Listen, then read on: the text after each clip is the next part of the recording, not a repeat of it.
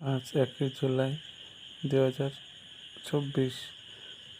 আমাকে প্রায় অনেকদিন ধরে টাকা দিচ্ছে না, যে টিফিনের টাকা দিচ্ছে না। তো প্রায় 860 টাকা মতো রয়েছে।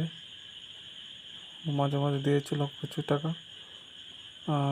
860 টাকা মতো রয়েছে।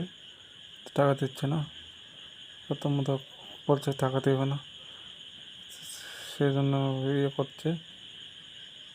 তার জন্য আমি পড়াশোনার আবেদন করছি, টাকাটা যেমন দেয়, এবং এতদিন যে করছে টাকাটা দেয়নি, তাদের বিরুদ্ধে আইনত ব্যবস্থা নেওয়ার জন্য পড়াশোনার আবেদন করছি।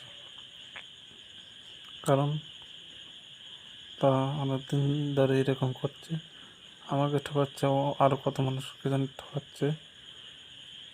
তো তার জন্য আমি পড়াশোনার আবেদন করছি যে এরকম যদি করে থাকে প্রীতিমূলক সংস্থার মধ্যে কিছু জড়িত আছে, তাহলে তাদের বিরুদ্ধে আইনত ব্যবস্থা নেওয়ার জন্য আমি পড়াশোনার আবেদন করছি। জয় হিন্দ। জড়িত আছে তার আত্মীয়জন।